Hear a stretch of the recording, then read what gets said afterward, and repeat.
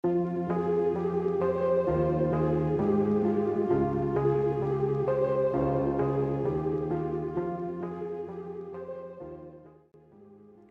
up, people, and welcome back to the dungeon for the final episode of Stranger Things in Review. It's kind of crazy. It's been a wild ride. I've been invested in this show for a very, very long time. A little backstory for me here at the end. My sister put me onto this show, and all that was out at the time were seasons 1 and 2. And I finally gave them a try and fell in love hard. Like, just the 80s aesthetic, the heart and the charm and the simplicity of it there at the beginning. That's, I think that's why seasons 1 and 2 are my favorites. It's a very small, contained, simple, great, wonderful thing that just filled me with nostalgia. And then my sister passed away, and the show kind of took on a different meaning. I connected with it in a much more personal way because of that. And so finishing this was very emotional for me for many reasons. Kind of felt like finishing this adventure for my sister, and in some ways felt like saying goodbye, not just to these characters in this story, but saying goodbye to her as well. So this one was rough for me. But it ended probably as well as I feel this story could have. There's many different directions it could have gone. I'm sure that there's half a dozen endings that the Duffers left on the cutting room floor that they chose not to do. And you can't please everybody. You just can't. When people are invested in something for a long time, it hurts when it ends. No matter how you end it, it's still gonna leave you raw. It's still gonna cut, So I'm sure there's lots of very angry people out there. I'm sure there's a lot of people just in complete denial about how they ended it. There's a lot of people probably wondering why they ended it that way. But hey, look, I'll say this. It didn't end like Game of Thrones, so, it could be worse. But all that said, I really liked it. Really liked it. Some things could have been better. A lot of things could have been worse. So,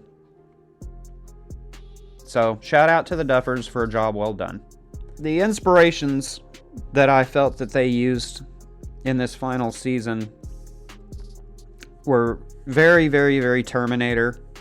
Like I've said, as far as there's these monsters. They're using this to make these monsters.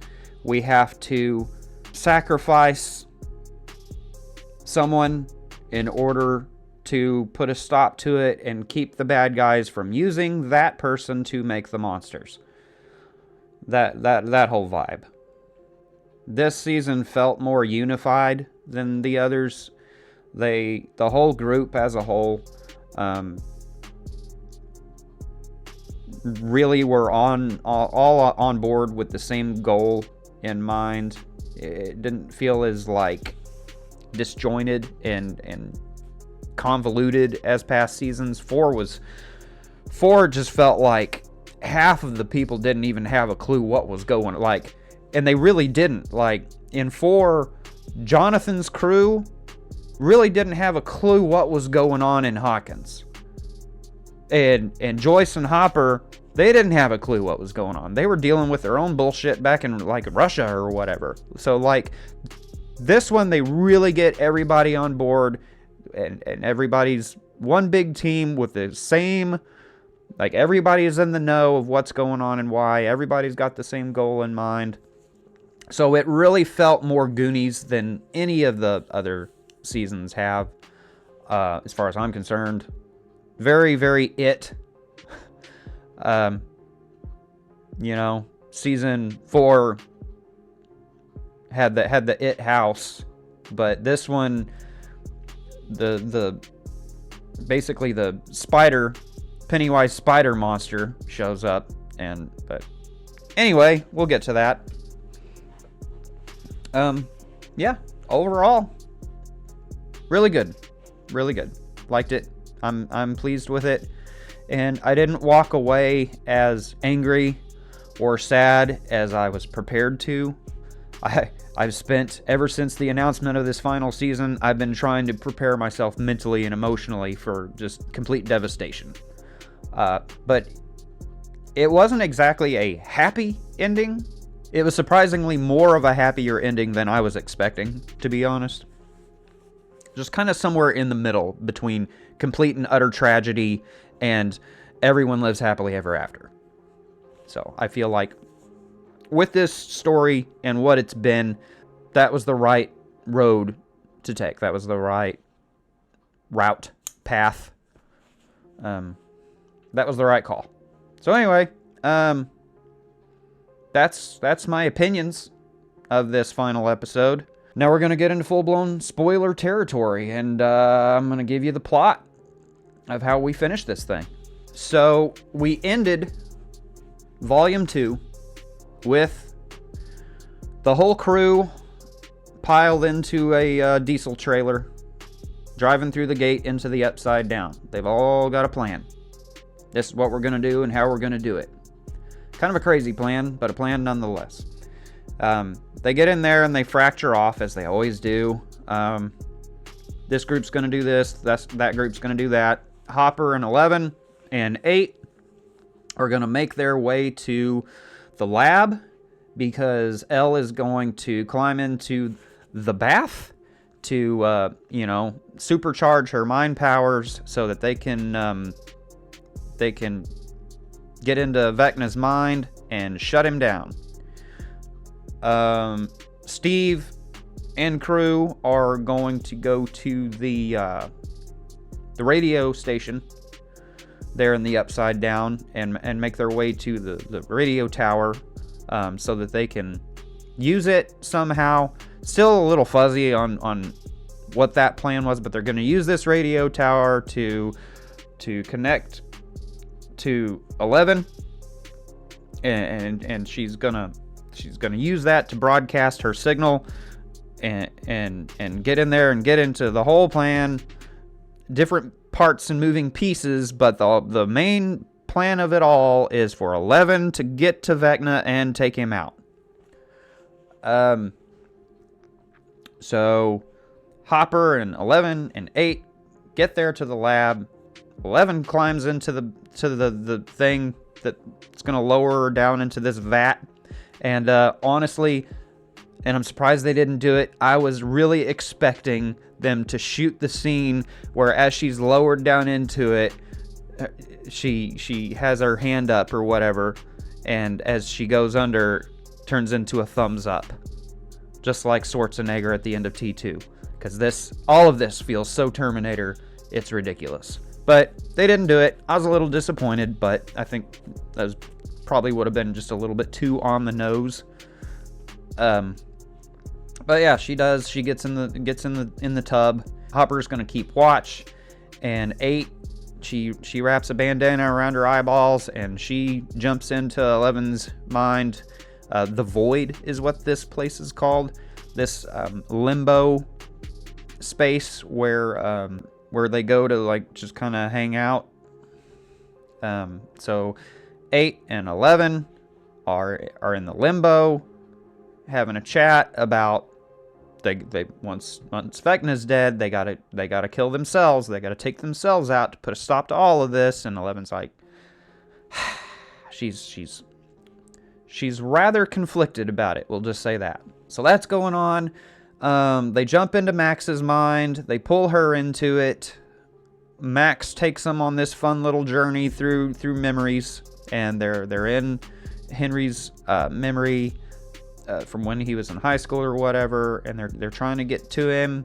Meanwhile, Steve and crew are on top of the radio tower, and we see through the mist and the clouds, we see, land coming down, and it's like, hey, whatever 11's gonna do, we might want to get it done because there's a literal planet descending on our heads right now.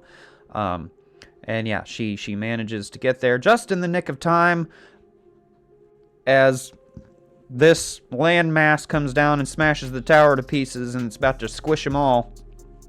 She gets there, and she mind powers Henry out a window, and stops the abyss from squishing them all. We have a scary scene here where Steve stumbles backwards and falls off the edge of the roof in slow motion, and as the audience, we're like, well, there it is. There's that death they've been warning us about. The screen kind of cuts to black for a second, and then it comes back on, and Steve's fine, and the camera focuses on his hand. Somebody's got his hand, and the camera comes up, and it's Jonathan. Look at that. His, arch nemesis, his mortal enemy, has saved his life. And we're like, aw, good for y'all. See, look at that. Even enemies can become, homies in the face of just total destruction. It's like, the enemy of my enemy is my friend type vibes. But so yeah, Steve's fine. Don't worry about it. Oh, Steve and Dustin made up too, by the way. I guess I left that out of my last video. In volume 2, they're having it out. Yeah, they made nice. It's basically just like Dustin was very upset that he lost his good friend Eddie, and Steve was kind of jealous that he lost his best friend Dustin to Eddie. And so they were kind of just both angry for different reasons and taking it out on each other. And so they kind of hash it out, and they put it all on the table, and they take all their skeletons out of the closet, and they patch it up and make nice, and everything's great. So yeah, 11, she's out there, and they're fighting. They want to get these kids out, right? They want to get these kids away from Vecna, because if he can't use these kids, these batteries, to fuse the worlds together, that puts a stop to his plan of world domination. So it looks like they managed to, when 11 jumped in, mind-powered Vecna out a window, and it looks like in the confusion they managed to get the kids an escape, because he comes walking back up in there, and he's looking around, and he doesn't see him, and he's talking some smack. And turns out they are actually still there. 8's there using her crazy illusory powers to make it look like they're gone. But yeah, they manage to escape, and they get out, and the kids use Holly, and they make it to the cave that Henry's afraid of. Henry, Vecna, you know who I'm talking about. Bad guy. Vader. We'll just say Vader. Anyway, they make it to the cave. He can't come in for whatever reason. But that's bullshit, because guess what? He gets over it, and he comes up in here, and he's having a hard time with it, though. He's stumbling around, and he's all flashbacks of memories and stuff that he had blocked out. We come to a scene where there's a guy on the ground holding a case, and he's wearing like a lab coat, and he's like, "They sent you, didn't they?" And it's a repressed childhood memory of his, and he's a little kid, and he stumbles on this guy while he's out exploring, I don't know, the Grand Canyon or whatever, and the guy pulls a gun on it, like little kid Henry's trying to help him. Guy pulls the gun and shoots him in the hand, and this makes him real mad, and so he takes a rock and he beats him to death.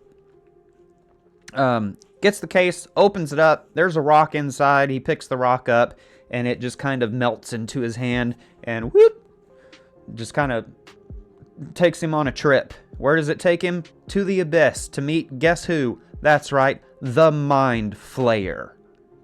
And here we learn that no, Vecna's not the end-all be-all bad guy. He's a puppet, just like Will, just like all these kids, just like everything all along. Vecna wasn't pulling the strings and calling the shots. The Mind Flayer was using him all along. And this moment made me so happy, because for whatever reason, I was disappointed in season 4 where they were like, oh, Vecna's the main big bad guy. He created the Mind Flayer as like a mascot to, scare Will and everybody else. It was just kind of like a puppet that he created. The Mind Flayer existed as this disembodied evil entity. It pulls him into the abyss. This doesn't give you a lot to digest, but if you, and this is like homework for you, pull up a YouTube plot video of the first Shadow, the like stage play. That's basically an origin story for Vecna. It's basically Henry Creel and his childhood and what all happens and why and how all of this started. And it's actually really interesting, but I'll just tell you about it here. So he gets yanked, pulled into the abyss. Mind Flayer pulls him over there. In the play, it pulls him physically. In this, it looks like it just kind of yanks him over there telepathically. But in any case, it pulls his consciousness into the abyss, gives him superpowers, and activates or brainwashes him, plants a seed to make him a sleeper agent, sends him back to the real world, and slowly over time works its way more and more into him until it has complete control. Because he slowly starts to black out and lose time, and turns out he's killing animals and stuff around town, and then he starts killing people, and there's like a whole love interest, and she's telling him to, that he's got to confront this demon. And anyway, long story short, Mind Flayer possesses Henry Creel, turns him into Vecna. Dr. Brenner and crew capture him, lock him up in the lab, use his blood to create the kids of the program. All of those kids are failures except 11. 11 and Henry have it out. She mind powers him through the wall, sends him back to the abyss. And when she did that, she created the wormhole. She created the exotic matter and everything that connects the abyss to the real world. And that's how all of this came to be. And so, Henry got sent back to the abyss. The Mind Flayer was like, tells him in his head, come and find me. So he does. He goes and he finds him. He uses his force powers to give the Mind Flayer a physical body. We see that in a short scene in season 4. But yeah, we learn everything here, that the Mind Flayer is the mastermind and been pulling the strings all along. Will is tapped into Vecna's mind this whole time while all of this is happening. The Jonathan and Steve crew, they're on top of the radio tower. The abyss landmass is like right here. It's just like, whoop, they can just reach up and touch it. It's like feet from their head. And there's just happens to be a crack there, a gate, and they all climb through and into the abyss. So they're in the abyss walking around. Will has an episode because they're close to the hive mind. Anytime he's close to the hive mind, he has an episode because he taps into to the monsters and the vines and the things and the stuff and Vecna and everything. Anyway, he falls to his knees and he's tapped into V's mind. And so he's seeing all of these memories play out. And he's telling Joyce what's going on, what he's seeing, what he's learning. And he learns that, V's not in charge, the Mind Flayer is. So he hops over there into V's mind and he tells him, hey, you're just like me. You know, the Mind Flayer possessed you, has been manipulating you all along. Like, you're just like me. You can help us. You can resist him. This is a very Star Wars scene here. This is, Luke talking to Vader, saying there's still good in you. I can sense it. Let's join forces and let's stop the Emperor. But Henry's like, no, I'm not possessed. I wanted this. I agreed to it. Humanity's awful, and I want to destroy it all. And like me and Mind Flayer, we're homies. Like, he gets me. So, no. I know what I'm doing, and I want to do it. So he kicks him out of his head, and Jonathan and Nancy and crew are walking up. They come around a corner. Oh, we have a scene here where Steve and Jonathan chatted out. And Steve's like, hey, thanks for saving me back there. That was pretty cool. And he's like, yeah, I mean, look, just because I don't like you doesn't mean I want you dead. And they have a chat about, like, Steve was like, it wasn't cool of me to move in on your girl. And Jonathan's like, well, turns out she's not my girl. We've been done for a while. We just couldn't be honest about it. So they kind of bury the hatchet and kind of, like, I don't know, start a friendship here. But Robin hollers at him, and she's like, hey, lovebirds, y'all might want to get up here because you need to see something. And they come around the corner, and we see this giant...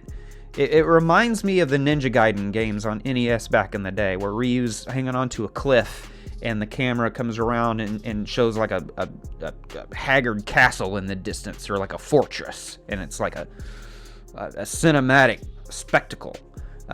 So yeah, there's just this twisted, weird structure in the distance.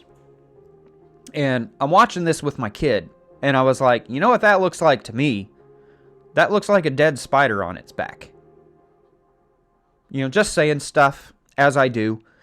And as they walk toward it, guess what? It starts twitching, the legs come down, and it turns around and it stands up, and it's the Mind Flayer. It's a big spider monster, a big kaiju monster. I was half expecting Godzilla to come around the corner and there'd be a big monster fight.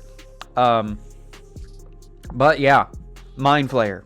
He's back, and he's real, and he's pulling the strings and calling the shots, and I was so happy. So happy. Kind of ridiculously happy, honestly. It's kind of weird, but anyway. So, back in Hawkins' lab, V got into Hopper's mind and convinced him that Elle was drowning or dying. Something bad was going on with her, and used Hopper's fears against him.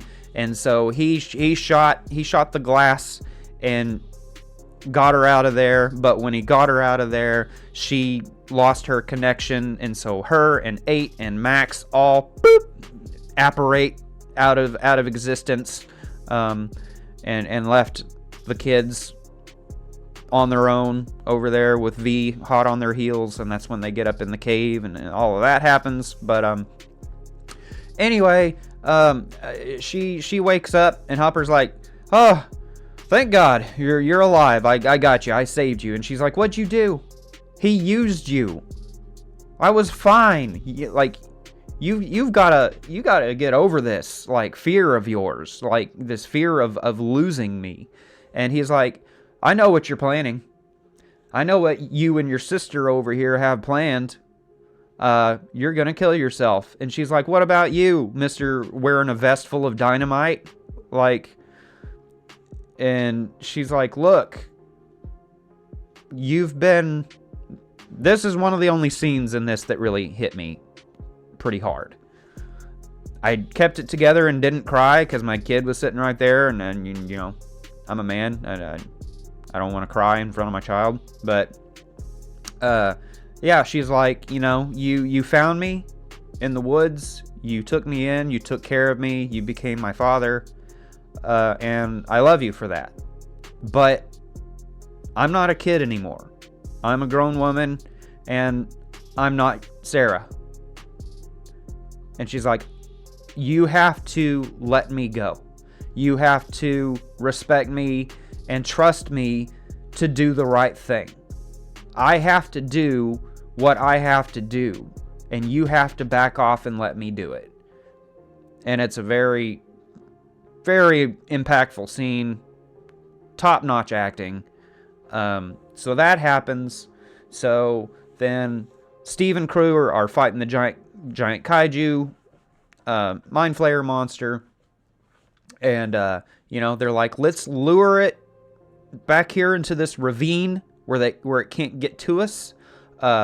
It's big, but we can get the high ground. This is another like Star Wars scene where Obi-Wan's like, it's over, Anakin, I have the high ground. And he's like, you underestimate my powers. And he tries to do a backflip over Obi-Wan's head, and he just cuts his legs off. He's like, shut up, you're stupid. But anyway, Nancy lures Mind Flayer to the ravine. And she's hiding out in this crack in the cliff. And it's just like headbutting its way through this cliff. And it's about to eat her.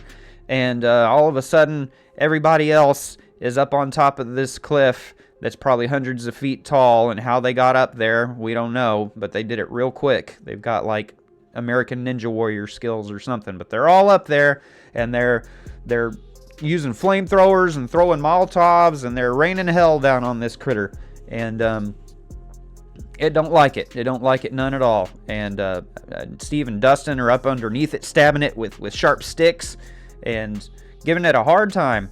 And they're about to all get squished and eaten and killed in all sorts of horrible ways. And then all of a sudden, it gets hit in the head with a mountain. Just all of a sudden, a giant rock the size of a building hits it in the side of the face. Just slow motion. And camera pans over, and there's Elle. She's here. She made it somehow. She leapfrogged her way like a platform video game and bounced her way over here. So she's here now. Oh, I left out a scene where the military showed up back at the lab. They showed up and pulled guns on everybody, and 8 ended up getting shot in the stomach. So she's dead. There's actually a really funny scene where the kryptonite machines start going off, and 8 and 11 both go down, and Hopper's like, well, shit, I gotta do something. So he picks 11 up and runs off and leaves 8 behind. And it was hilarious. It's terrible, for sure, but he just straight up abandoned her. So him and 11 get to safety, and she's like, hey, what about her? And he's like, well, shit. So he turns around, he goes back for her. They all get captured, and they've all got guns on them, and people are wrestling around, and 8 gets shot in the stomach, and you know, that sucks. So she dies. Murray, he's on top of the roof, and he straps a stick of C4 to a hand grenade, and with just the best pitching arm you've ever seen. I don't know much about sports, but this guy, I think, probably could have pitched for I don't know, whatever the best baseball team is. Insert good ball team here. But anyway, throws this bomb, blows up the helicopter with the kryptonite machine. It explodes and goes down. 11 gets her powers back, so she kicks the door in where the bad guys have guns on Hopper and 8, and kicks the door in, and just mind power neck snaps all of them and kills everybody. and she makes a guy put a gun in his mouth and pull the trigger, and that's pretty cool. And then she kneels down with 8, and they have a little heart-to-heart powwow, and 8 bleeds out, and she's dead, and that's sad. But anyway, her and Hopper make it to the roof, and she video game platforms her way to the abyss. So she's here, she's fighting Mind Flayer, she's throwing mountains and stuff at him, and she runs and jumps, and Mind Power rips a hole in its stomach and gets up in there, because that's where Vecna's hiding out. He's in there. It's like his throne room or something. He's in there. That's where he had the kids, and they were all slimed to the walls, and he was, leeching them of their brain power. So she gets in there, and she grabs him with her mind powers and yanks him down out of the ceiling, and hive mind, so everything's connected to everything, right? So when she hurts him, it hurts the Mind Flayer. When they hurt the Mind Flayer, it hurts him, and everything's connected to everything. So yeah, anyway, her and V square off. They're force punching and pushing and slapping each other, and he's also got an extendo arm like Stretch Armstrong, and he keeps trying to stab her, and she finally manages to grab him and throw him on a sharp thing. There's like a jagged, some sort of sharp, jagged thing. And he takes it right through the back, out his chest, just kind of impales him. Yeah, Mind Flayer goes down. Inside Mind Flayer, camera pans up, and there's like this beating heart thing, and it slowly, just comes to a crawl and stops, and then shrivels up and dies. And Mind Flayer's dead. And Steve and crew come walking up in there to check things out, and they're pulling all the kids out of their cocoons and pulling vines out of their mouths and freeing them. And Vecna's still alive, kind of, sort of, and he's spitting up black goo, and he's having a hard time. And Joyce comes walking up in there slowly, and I think this is like one of the only dialogue scenes she has in this final episode. But she shows up, and she's got a chopping axe, and she's like, "You fucked with the wrong family," and just slowly starts chopping his head off. And it takes her like 30 swings to finally get it done. But she finally decapitates this guy, and he's dead. Mind Flayer's dead. The monsters are dead. Good guys win. Hooray. So everybody makes it back to the gate. They're all gonna escape back to the real world. They've got a bomb back at the Hawkins lab on the roof. They've set up a big C4 bomb, and they're gonna, as soon as they get back to the gate, they're gonna blow this thing. And when they blow it, it will destroy the exotic matter. It will make the wormhole collapse. It will make all of this disintegrate and go away. The abyss goes back to whatever reality it came from, and separate everything from the real world and just erase all of this. So they get back to the gate. The bomb goes off. Everything starts to explode. They drive through the gate. They get out. The military's there. Oh, we forgot about them. I don't know why. Like, they were there when we left. Stands to reason they're still going to be there. But anyway, they forgot about them. So they pull their guns on them and pull them out of the vehicles. And they're everything's going bad. And they're looking for 11. And they get in the trailer. And they're looking around. They can't find her. And the camera pans over. And she's standing there in the gate on the other side. Just on the other side in the upside down. She's just standing there. And everything goes into slow motion. And we start playing sad music. And we're just like, here we go. Here's a sad scene. And yeah, the bomb blows. The exotic matter blows. Shockwave goes out. Hits the walls. Everything explodes and starts falling apart. There's like typhoons and hurricanes all around. Everything's getting whipped and destroyed. It's like a big nuclear explosion went off, and shockwaves are just disintegrating everything. And 11's standing there, and everybody's in slow motion, and Hopper's screaming, and Mike's screaming, and they're trying to get to her, and the military guys are holding them back, and everything's bad. And she's just standing there all statuesque. And she pulls Mike into the limbo, into the void or whatever, to have a chat with him. And they come running up, and they're having saying their final goodbyes. And the music choice here infuriates me. I'm sure some of you are Prince fans. Good for you. The guy had some good songs. I'm not denying that. I'm just saying that Purple Rain was not the right call for this moment. I don't know what they were thinking.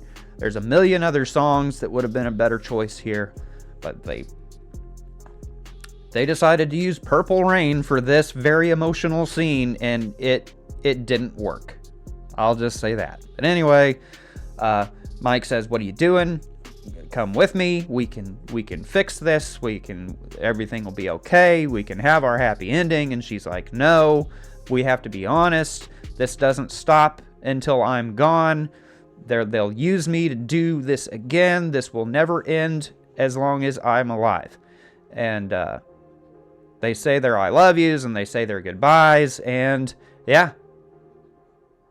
It just, the shockwave of bad washes over her.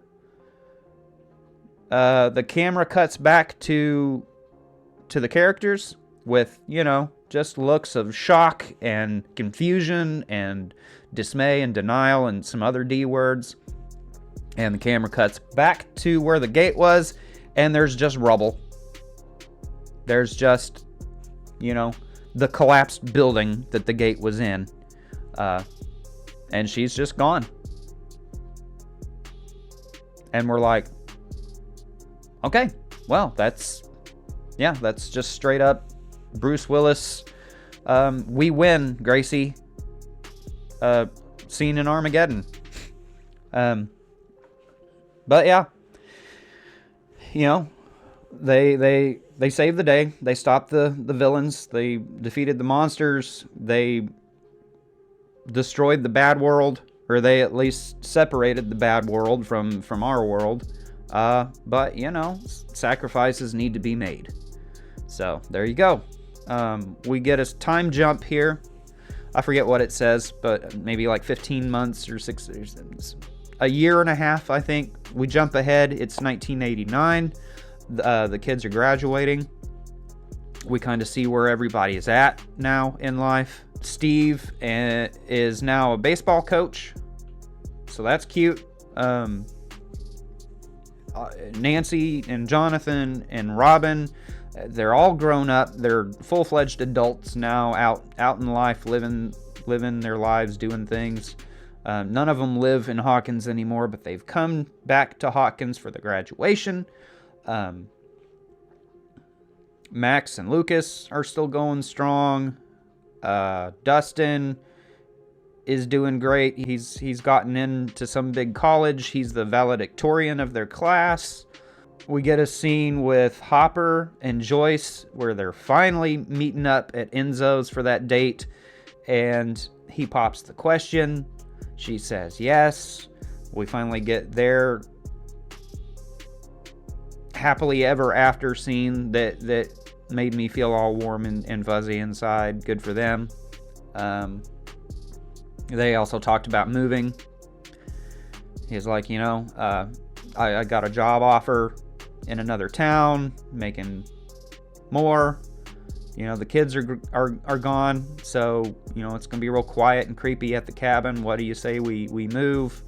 And he's like, we don't have to decide anything right now, but there is one decision that I would like to make right now. And he gets down on one knee and pulls a ring out, and she says yes, and it's all very, very touching and moving. And Hopper gets, somewhat of a happy ending.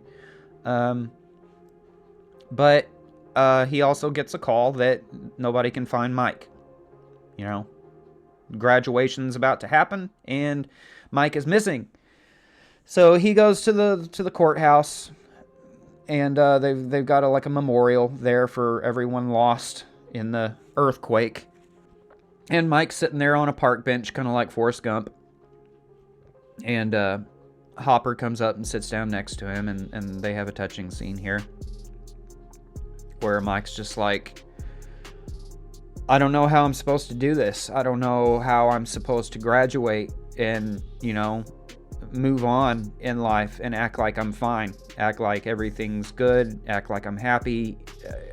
Like how am I supposed to go on?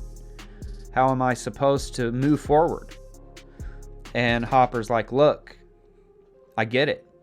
I've been there. You've got two options. You can either push everyone away and become hateful and bitter and ostracize yourself from everyone and everything and make yourself suffer because it's what you feel you deserve. Or you can accept Eleven's decision. You don't have to like it. You don't have to understand it. But you've got to accept it. She made a choice, and you need to accept her decision. And you've got to find a way to move forward. Because I've tried that other path, and I wouldn't recommend it. And we see a lot of character growth. We see, Mike and Hopper hated each other's guts just a couple seasons ago. They did not like each other at all. At all. So it's good to see them in this healthy, nurturing relationship. It's good to see Hopper coming full circle and into a really good person, like owning his faults and flaws and mistakes and all the bad choices he made, and offering advice and wisdom to somebody in desperate need of it. So I really like this scene. Then we go to the graduation, and everybody's there. Mike finally shows up, fashionably late, but he's here. And Dustin gets up, valedictorian, to give a speech, and it's priceless. He's just like,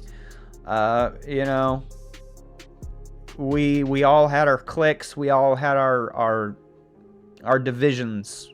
We had the, and this is true to life, and it's still this way. It will always be this way, but you've got your jocks, and you've got your preps, and you've got your nerds, and your weirdos. You've got all your different groups, and those groups never interact with each other. But he's like, when all hell broke loose and the end of the world fell on us, those walls came down, and it brought us all together, and that was a good thing.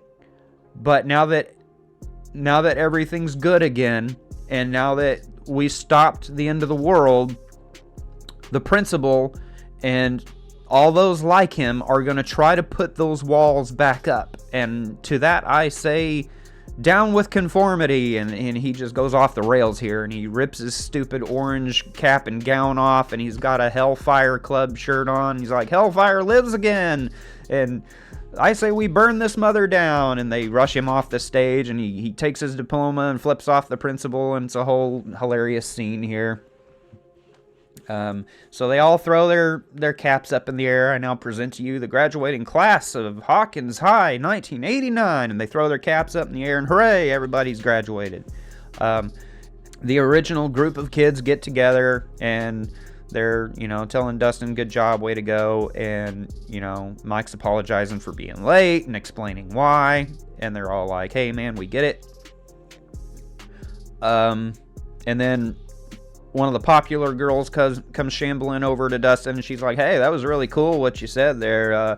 We're having a party later if y'all want to come. And, of course, he starts stuttering and stumbling over his words and being typical weird Dustin.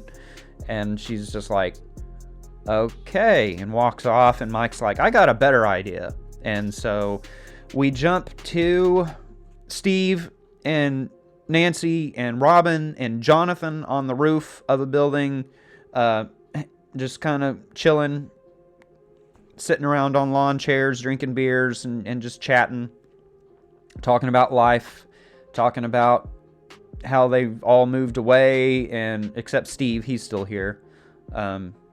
But yeah, just talking about what they're doing now, what their plans are, and how they miss, they miss the old days. They missed hanging out. They missed their friendship. And so they agreed to get back together once a year. Jonathan's making a movie. So they're gonna get together and work on that. And anyway, they make plans to try to maintain their friendship. And it's a touching scene. And then we bounce over to the final scene of the show. It ends where it starts, back in the basement at Mike's house. The kids are sitting around the table playing Dungeons and Dragons for the final time. They're finishing a campaign. They win, and they're kind of bummed about how it ended. And they ask Mike, like, that seemed kind of easy or seemed kind of lackluster. And since you're so good with stories, like what happens? What happens with all the characters? And so he goes around the table and tells them all what their stories will be. And he does Lucas and Max, and he does Will and Dustin, and he's like, but there's one character whose story will never be told. Not really, like, not the truth of it. And they all kind of look at him confused, and they're like, what do you know? Like, what do you know that we don't know? Because they know he's talking about 11. He kind of does a little like recap of when they made it back through the gate and the military pulled them out and pulled their guns on them. There were kryptonite devices around.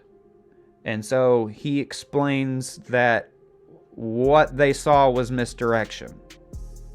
It didn't actually go the way everyone thought it did. It was all to fool the military and convince them that she was dead. But what really happened is 8, with her dying words, made a deal with 11 that she would cast one last illusion.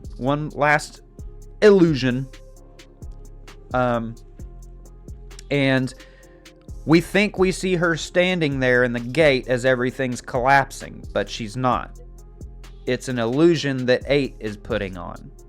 And she dies right as everything collapses, and when she died, that's when Elle disappeared. It looked like she was destroyed by the shockwave of everything collapsing, right? Right.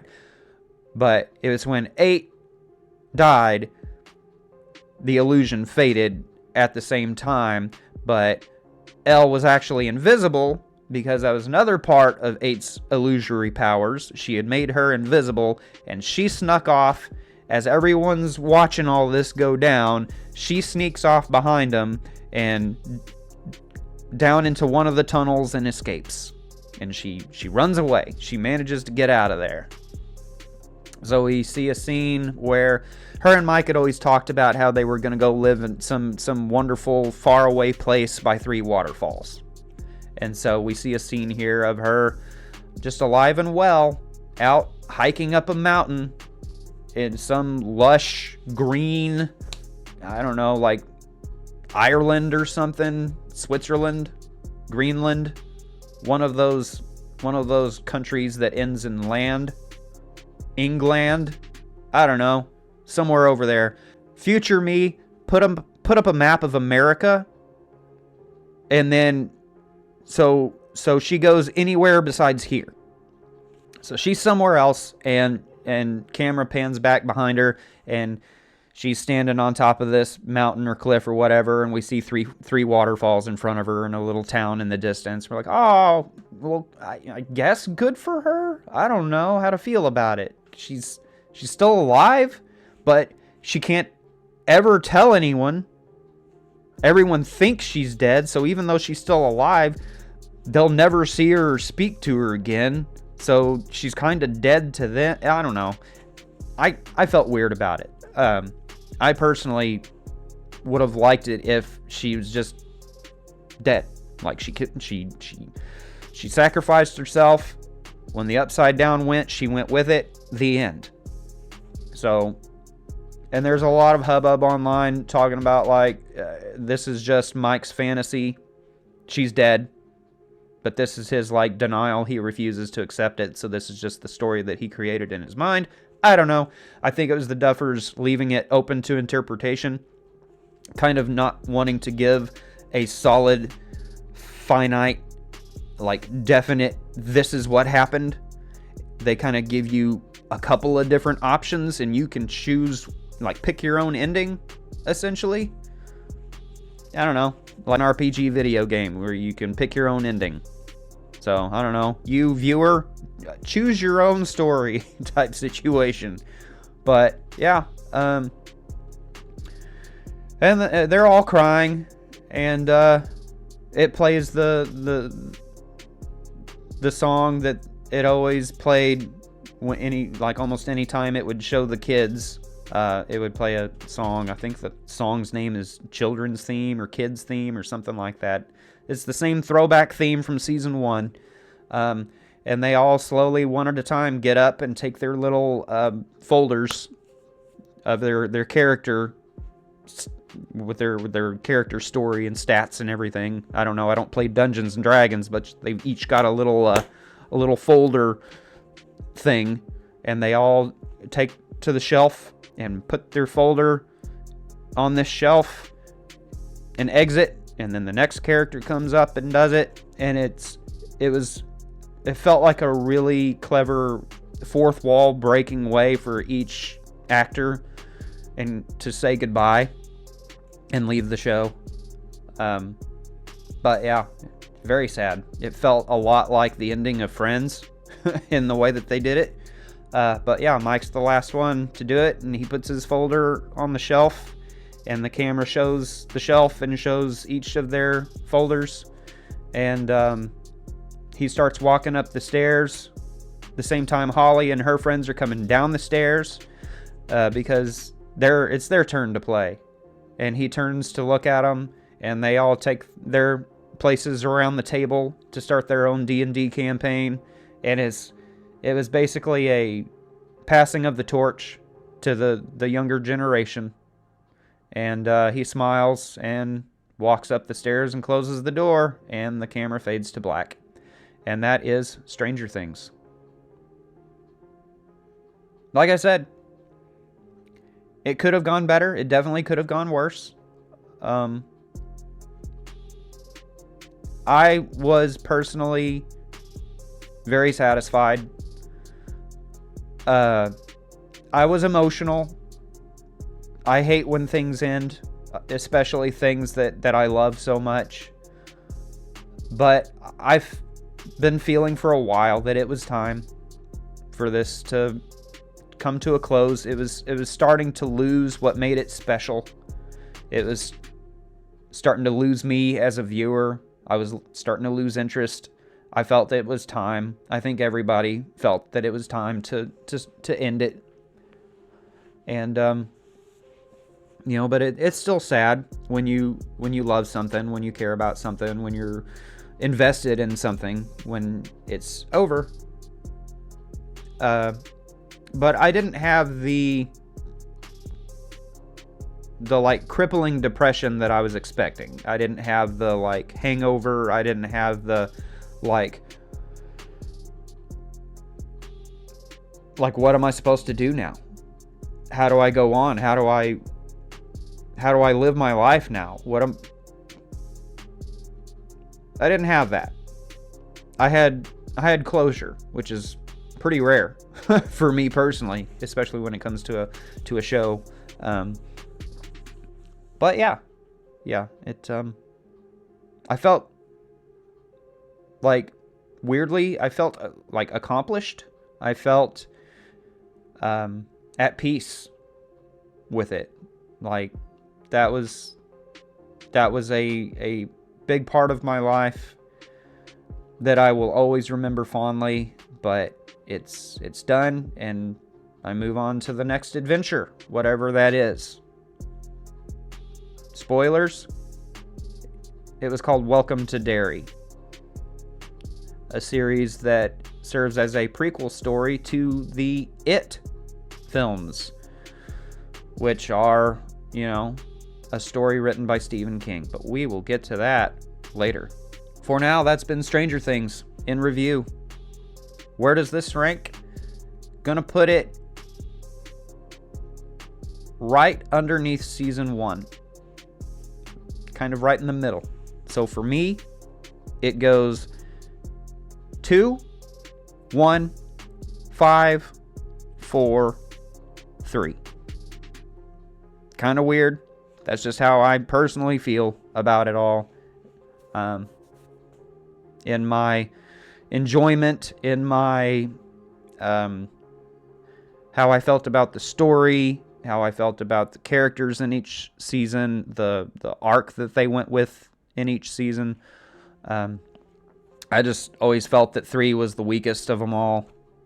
2 will always be my favorite because of the Halloween vibes, and they were still little and charming. But yeah, good, so good. Hats off to the Duffers. Can't wait to see what they do next. I've heard hubbub on the internet that, you know, there's going to be more Stranger Things stuff. I personally don't really want more Stranger Things stuff. I think they ended it. Let's just be done. Let's move on to something else, but I guess we'll see. Yeah, that's it. Thanks for stopping by and watching these. If you've not seen the others, check them out. It's been a wild, crazy ride. I get a little worked up in some of them. I think I even cried on a few. But yeah. If you want to hang out for a second when this video's over, there will be some thumbnails pop up in the corners of the screen. That's some other stuff that I do. Some unboxing videos. I'm doing like a Doritos chip review that's been pretty interesting. Reviewing every single flavor of that, and just so you know, there's lots and lots of flavors. 250 if I did that math right. But I'm going to do all of them that I can get my hands on, and it's entertaining, to say the least. Did you know garlic shrimp was a thing? A flavor that Doritos did? I didn't know. I know now. And it's a bad time. But anyway, check that stuff out if you want. Don't forget to like, share, and subscribe if you haven't yet. Come back and join me for whatever I choose to do next. And until then, we'll catch you later.